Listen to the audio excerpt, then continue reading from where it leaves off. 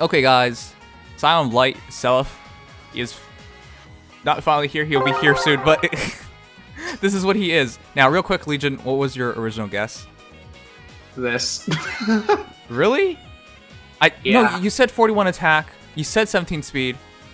Yeah, I did Wait, yeah, say you the did. error You did. was You did. distinctly low.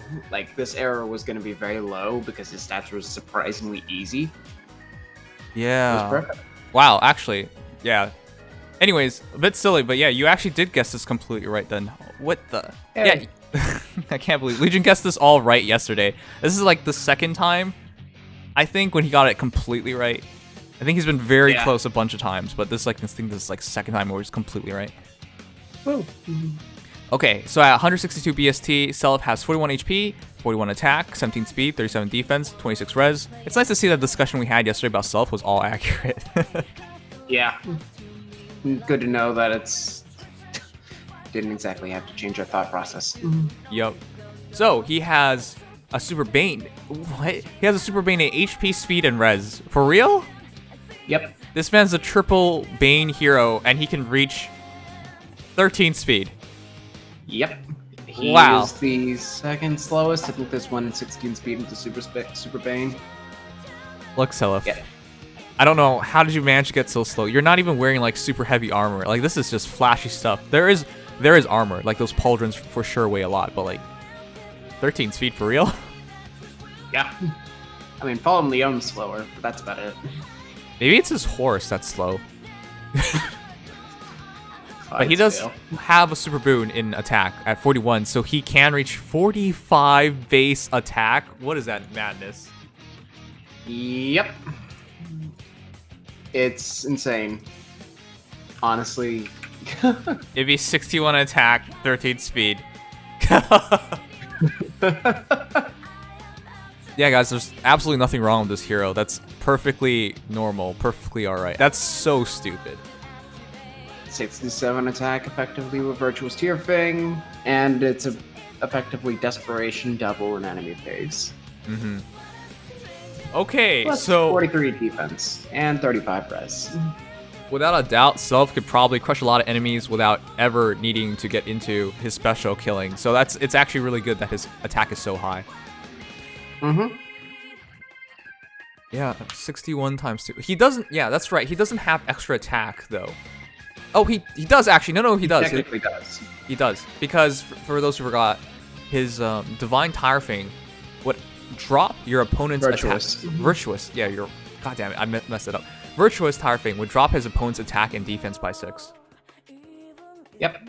And As long as either the foe initiates or if Seliph is damaged. Yeah, either, yeah. And additionally, if unit deals damage to foe during combat, restores 7 HP to unit per blow, so he actually heals 14. Crazy. Yep. What the heck? Then his effective attack at plus attack is 60. 67. Wow. Okay. So, to put it into perspective, once you hit this guy, he probably kills you. That's why we're saying, like, those really, really good builds on Seliph would be probably Miracle Chaining. Because if you do Heavy Blade on him, they attack him one time, he can tank that hit because he has effectively 43 defense, with joint hone defense 48, and he has effectively 35 res. So, you take that blow, and then you attack, and then you attack, and the Miracle's ready, and you also healed a bunch of HP. So the next time that they attack him, even if somehow like they wipe out most of his HP, wait, it's crazy too, because they only hit him one time. They can hit him twice. They can, if they but don't die. if they don't die. So they attack. If Miracle didn't trigger, he attacks, and they're still alive. They can hit him one more time, and Miracle triggers. Or they can hit him super hard immediately, and Miracle triggers, and he attacks, and then he attacks, and he probably just wins at that point. Yep. Wait, holy crap, I just realized something. Hmm? For example, if it's like, say, Lysithea, and she has a nuke immediately ready, turn 1, attack Seliph. Boom. Miracle triggers, he's alive. He attacks, plus 7 HP. He attacks, plus 7 HP. Heavy Blade probably triggers. Yeah, it should trigger because of the... It's a bit iffy because her attack is so crazy high. But if, let's say it does trigger, then by this time, Lysithea can attack again. If she's even alive, she shouldn't be, but say she is. he would have 14 HP and Miracle ready to go again. 15. Or 15, yeah. Right? Yeah. I mean, the only unfortunate thing is that 14 HP healing, if you go back up to 15 HP, you need to be at about 21 to stay in range of Holy War's End. So you'd be like 6 HP at base, off. Well, yeah, you're right. She will blow through you, so you will lose Holy War's End at the end of that, but you survived. And whatever you just hit should be dead, but if they are alive, should be close to being dead. Mm-hmm. Okay, so that's Miracle Chain Seliph. Our explanation in that is much more deeper yesterday. I'll put that video up. But Miracle Chain Seliph, definitely the best build, I would say. Definitely going to be one of the more popular ones on some whale comps. Yeah, actually, you're right. Whale comps is where this is going to shine the most. Mm-hmm. Jesus Christ.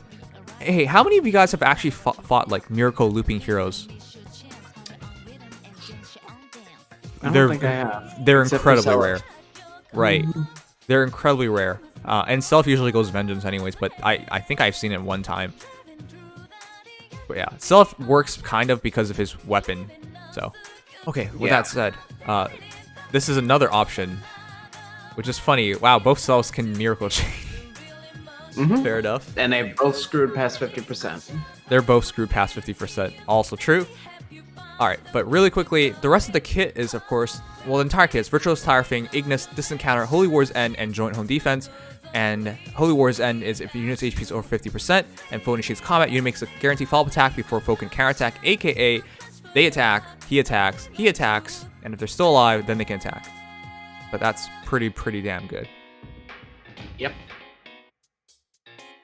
Okay. There isn't a lot to talk about, unfortunately, because this is definitely a hero that you're stuck using defensively. Yeah, I will say now that of all the recent Legendary Heroes, this is the least oppressive in the general meta. He hits hard. Don't get me wrong, being hit by like 70 plus attack in player when he initiates is still going to be a problem. But it's a lot easier to bait out Seliph than it is to bait out Crom, Leaf, or Alm, or Celica, or Jura. Yeah.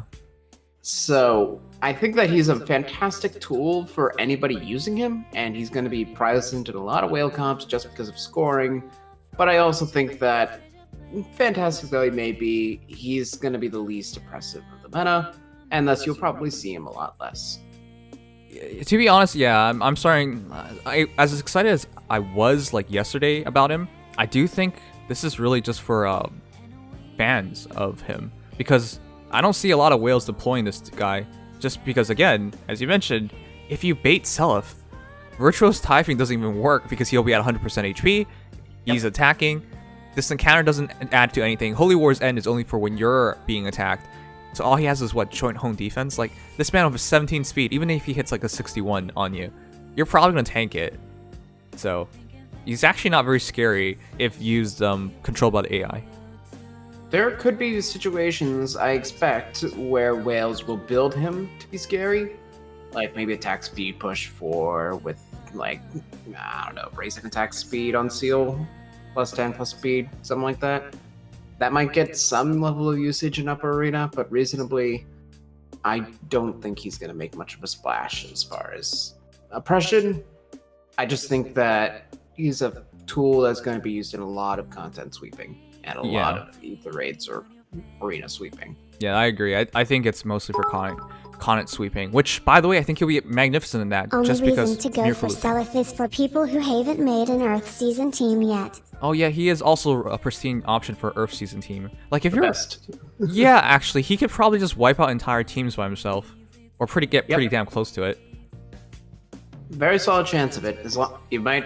I'll be honest here, you actually might want to consider Soul Heavy Blade if you're really concerned about just full-on sweeping.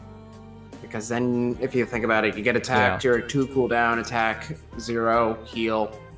Unfortunately, you have the disadvantage of you're probably not going to heal a lot because you hurt so much on the first hit, but it's enough healing to probably put you back into range of Holy War's End. Yeah, because he just needs a bit more healing, because he's always naturally healing. As it is, he's 15 HP. He only needs like 6 to get back into Holy War's End, even if he's at 1. So, just a little auxiliary. Oh, I did want to point that out. Someone mentioned earlier, I still prefer Ares, is what they said. And I can understand that, because Ares you can use both defensively and offensively. As long as his special's ready, he's good on both phases. Seliph isn't quite like that. Not to mention Vantage. Yes. Being Vantage. able to hit first, not hit second, it tends to be pretty important sometimes. Yeah. And to be honest, Seliph, my favorite build from him immediately is just replace Ignis with Miracle, keep joint home defense or consider attack smoke, and then give him Heavy Blade. But outside of that, I don't really see anything definite, and you definitely do not want to replace Holy War's End. It just would not make sense. Or his weapon, so you're kind of shoehorned into his base build. You could kind of technically remove Distant Counter for something, but like, why would you do that? I mean, you could go for a single hit player phase build or dual phase build with lull, I guess. It'd be even more difficult than Crom, but I could see a way where you could shoehorn him into a more player phase oriented build. I don't even want to get into that. It's just Holy War's End is one of the most unique skills in the game right now, and we're already talking about replacing it. Yeah, I don't. Yeah. I'm only expecting it on upper end whale comps. Okay, fair enough. All right, let's get some comparisons. I think it's pretty clear Seliph is probably going to be the best defensive cav hero in the game, but let's do the comparisons with, say, like Fallen Berkut, Creed, which a lot of people I noticed in the editing were like, Nims forgot about Creed. You're absolutely right. I forgot about Creed. It's important to note Hareed has a player face. Seliph doesn't. Yeah, Hareed That can be used said- offensively too. Yep. Yeah. Hareed has the same HP. To close, he has 5 less BSD. Hareed has the same HP, 4 less attack, equal speed, 1 less defense, and equal res. Wait, what? That's actually kind of comparable. He just dropped attack, which then really just means he dropped res because Gyol is attack +3 and Virtuous Tearfing is res +3. Wow. Wow, that's actually really impressive. Huh, that's actually... Wow, like, I didn't even realize that. Guys, for real, it's been forever since I last used Creed. I don't even remember the last time I used Creed at this point. I have a +1 plus attack Creed. It's been a while. He's using more. He deserves to be used more, yeah. Do Awakening Dirty and compare Seliph to Stall. Stall. Ugh. How would I do that? Yeah. I'll get to that. But yeah, I mean, Hareed, again, for those who forget, Gyol is attack +3, and then if there's a penalty inflicted on the foe at start of combat, then he will guarantee a follow-up, and the foe cannot follow up. Surprisingly, that weapon holds up better than I would expect these days. Yeah, it's still good. And it's player phase, unlike Seliph's Holy War's End. Wait, isn't it both phase? Yeah, it's Yeah. both phases. So you could use him in either phase. Seliph is exclusive to the enemy phase. So, despite having less BST, and obviously Freezing Seal isn't exactly as good as Holy War's End, Reed's not quite outclassed a lot. Still outclassed a lot. It is a trade-off because he's not as good defensively because Virtuous Tearfing has much more to offer in surviving. But again, Creed can be used on both phases, so it is a And trade-off. of course, Seliph can get doubled all the time. Reed can avoid some of those. Oh, that's right, because of his ability. Yep.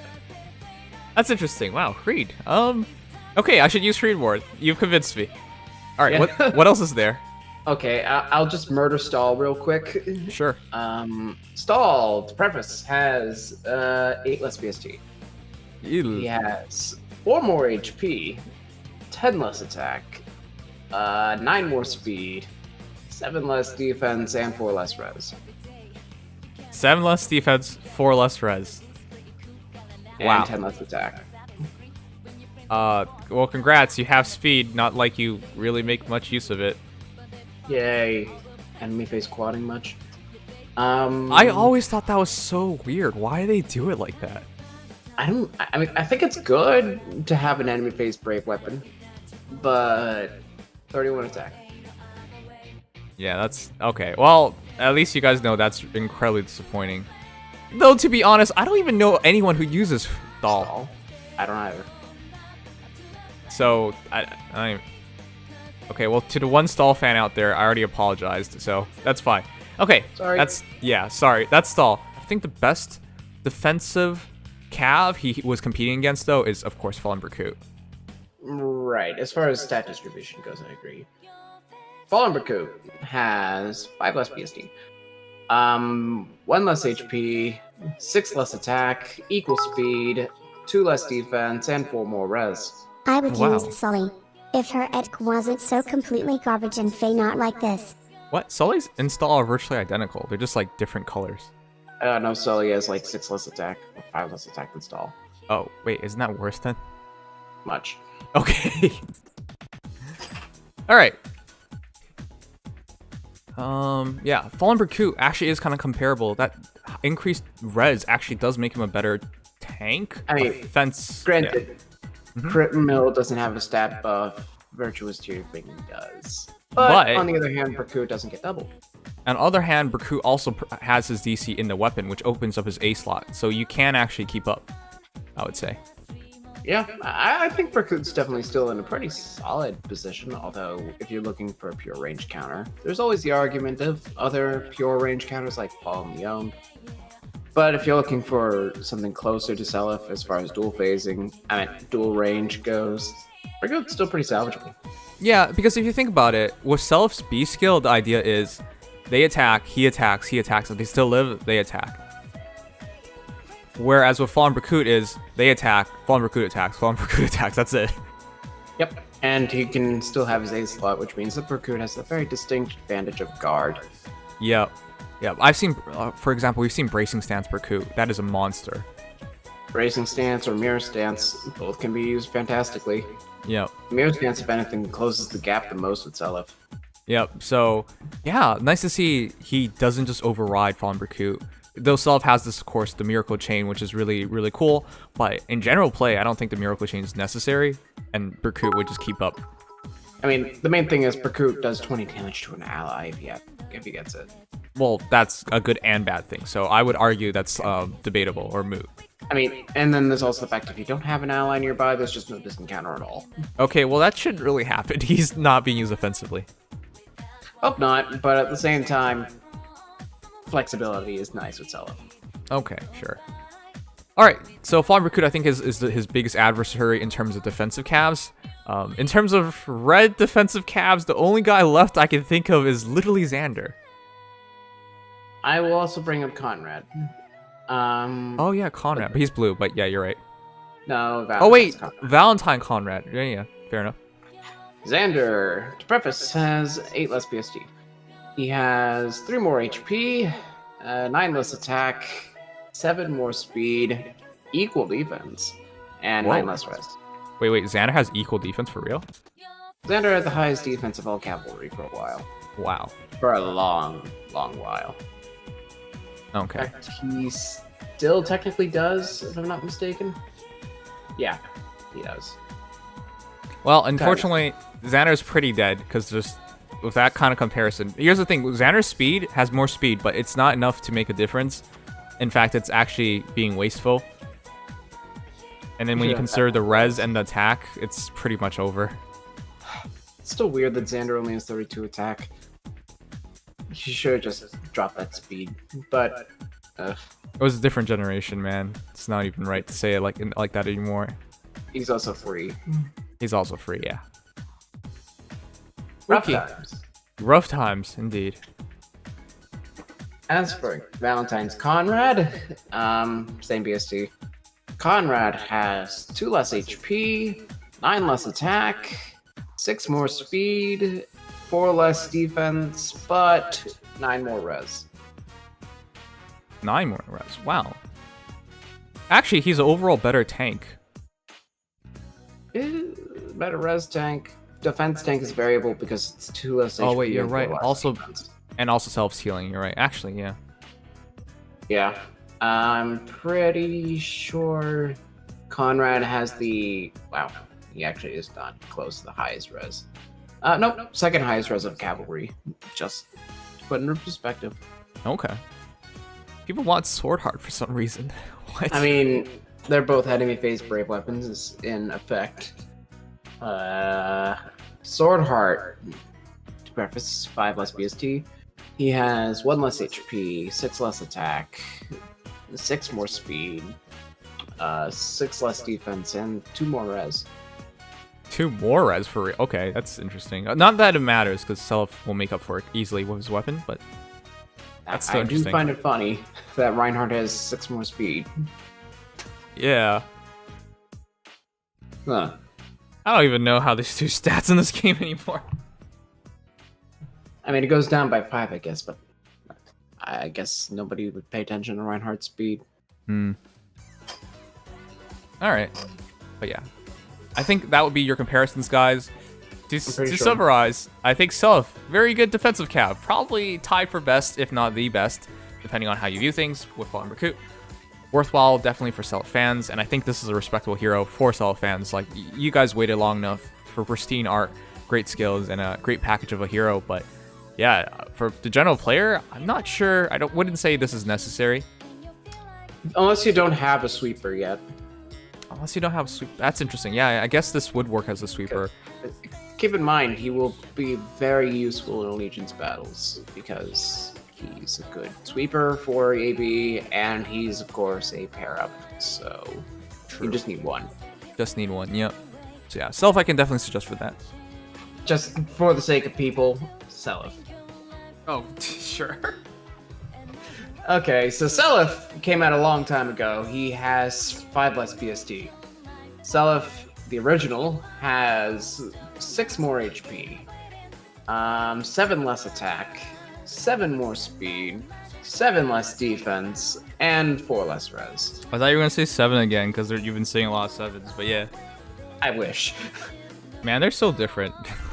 Oh, they're completely different because it's just how tier thing operates, but realistically, all the original Seliph has over this one is HP. Everything else, and speed, I guess. Everything else he loses it. Yep. Alright, but that's Seliph, guys. Let me know if you're gonna pull.